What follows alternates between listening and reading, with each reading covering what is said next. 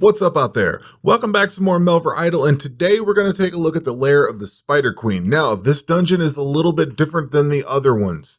In fact, it's a lot different than the other ones, so this is not going to be structured in the same way as the other videos, because I'm just going to tell you right up front, I'm not sure how to idle this one exactly, and you could probably use all three styles to idle this.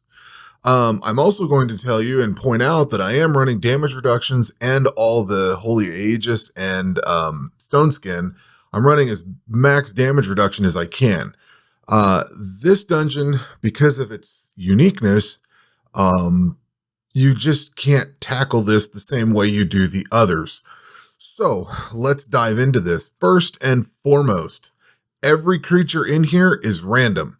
There is no set number of, there's a set number of creatures. There's 20 overall. You've got 19 trash mobs and then the final boss. But which order you get them is completely random. And the final boss is completely random on which style it is as well. I've had the most success with the ranged style of combat. So that's what I'm running right now. And basically, if you watched my video for the lightning region. If you watch my lightning region video, this is the exact same setup as that. The only change I made was putting the divine shield on because it offers more damage reduction. And I think maybe I'm using dragon here instead of whatever else I was using. I don't remember, but the basic gear is the same. And the only reason I put this divine shield on is it gives like 4% extra damage reduction over your normal shield, which is like the carrion shield or whatever. And I can actually idle this without all the damage reduction stuff, but the problem is once the melee version of the boss comes out, that's when I start facing a lot of issues. So, let me back up a little bit. You need to have completed the lightning area to get into the Lair of the Spider Queen, so you needed to have done that first. And then, as I mentioned in all my videos, run damage reduction if you need to, and run all the damage reduction prayers if you need to. I don't necessarily need those for most of this battle. The only time it comes into effect, which hopefully this is going to be the melee version. Yeah, so here's the melee version. This thing comes in at 454. If I don't have all this damage reduction on, it goes over 546. So it would just kill me at some point. Now, I do have the bundled protection body, which ups my defense a little bit here and there. That is, I don't know where it's at. I'm not sure where that's picking up at, but it is supposed to build your damage reduction up. But the problem is this guy hits really hard. I tried I thought, I'll be smart and see if I can figure out a magic for this or a melee for this. The problem is the trash mobs end up wanting to kill the other sides. Now, I could probably put on a shield and get some better damage reduction for my melee character and all that. I'm running a two-handed weapon right now. So there's changes I could make, but I sat there and I was looking at this and I'm like, well, this is a pretty successful way of running this. So let's just let it run on this. So basically the setup that I'm running is Gauntlets of Rage, which give you little stacks of extra damage output, the Blazing Helmet for a chance for burn. I got Cape of Completion, so that's 5% damage reduction. Fury of the Elemental Zodiacs gives you 3. I'm running the Meteorite Bolts with the Meteorite Marksman Ring to get those bonuses. Of course, the Divine Shield for the damage reduction, Bundled Protection Body, which gives you additional damage reduction every time you take a hit. Well, you get 5% for the hit the next enemy turn. Let's see. Perfect Sight Legs give me 12% damage reduction plus 20% accuracy for ranged. Actually 20% accuracy total. So probably use this on others too. Then Frostwalker Boots gives you a chance to ignore slow, which I don't think anything in here does, but 12% damage reduction. Carrion Van Braces 11%. The Torrential Blast Crossbow, and then I'm rounding it out with the Centaur and Dragon Tablet to create fire. So that's with the damage reductions and the damage reduction prayers, damage reduction potions and damage reduction prayers. So the big thing is like these trash mobs are no big deal. And the magic boss or the magic version of the boss is cakewalk, no big deal. The ranged version of the boss against ranged isn't too bad. It's doable. I mean, you could do that without all this damage reduction stuff on, or a limited version of it. But once that melee one pops up, it just does way too much damage. And I've attempted this many times, a few times before I actually got the idle part down, actually before I even beat it. And it never dawned on me that the thing was random. You know, the first few times I did this, I was like, these spiders don't seem to be in the same, like normally you're doing 4, 4, 4, something like that. There's an even number, or there's a number in a row. These change constantly. So you might be a magic one time, a melee the next, and a ranged, and then go to melee. Like it varies. And I actually caught on to it about the third or fourth time I did this, and I kept restarting, and I'm like, huh.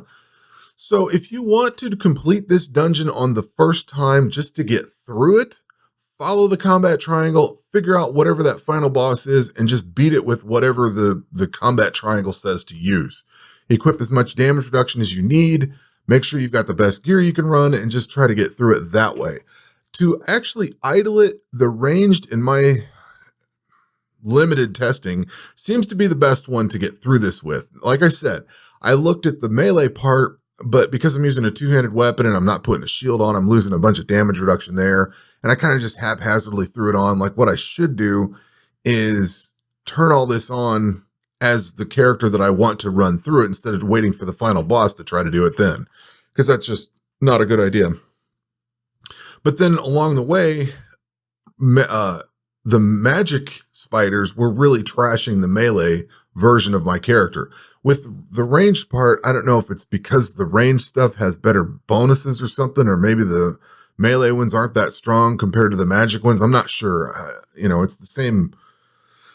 You're getting the same buffs and debuffs along the way. It's just, I don't know, probably a gear thing, I guess.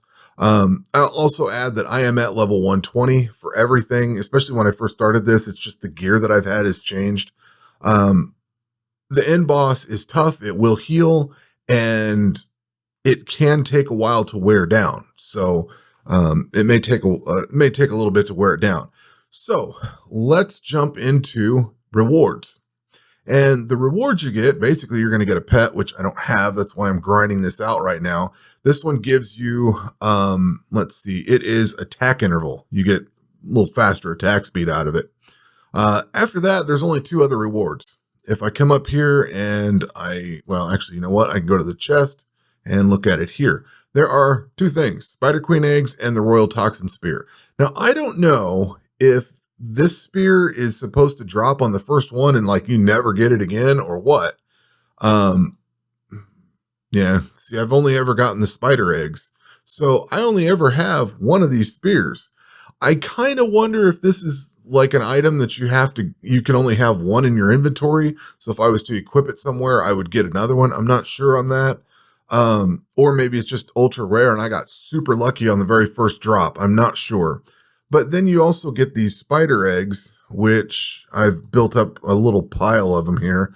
They don't sell for a whole lot, but these you're going to need for the summoning stuff down here with the these tablets here. So I'll be making up some of these things, you know. The unfortunate side, or the fortunate side, I'm not sure which yet, is you can't actually get these tablets until you clear this dungeon. So it's going to hang up on summoning for a little bit until you can get that dungeon clear.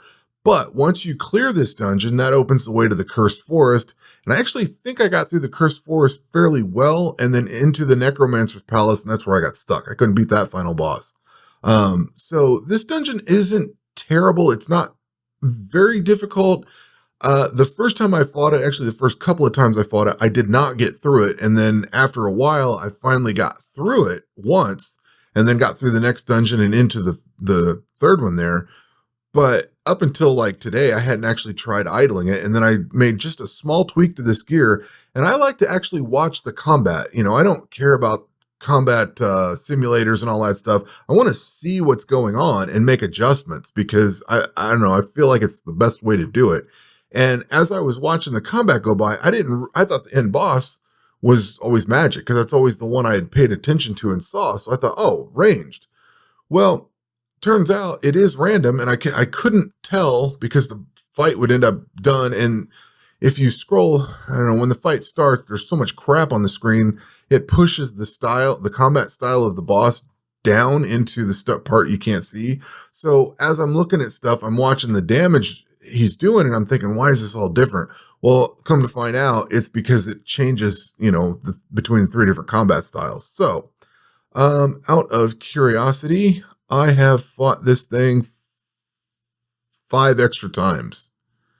Let's see, I beat this one twice. So that next dungeon isn't too bad. I'll have to get a guide out for that soon, but I'm going to try to get the pet from this one before I continue on with that. And I may actually stop and get some Slayer area gear, continue building out this stuff and get the better equivalents of it, and maybe try to do this with melee. Like I said, I think you can probably do this dungeon with any of the different combat styles. I just don't have builds for them yet. This is the build I'm using.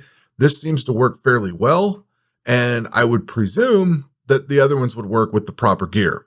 So anyway, and I should also add, you really only need to complete this one time, because once you get those egg sacs and can create the summoning tablets, once you've beat the dungeon, you can go forward into the next dungeons and Slayer areas and whatever else unlocks. But you can also create one of those tablets and get it to, at least once you're using the right combat style, you get those things to keep giving you the oh god, total brain fart here, the marks for this and fill this out. But you have to create one the first time. After that, I mean, if you want that spear or if you want more of the egg sacs, then you got to try to figure out how to idle this thing. But if you can just clear it one time, there's not really any other gear to get out of it. There's just a pet and those eggs, and that's it. So this dungeon's kind of a one and done for the most part. So anyway, that will do it for this video. We will catch you on the next one. Take care.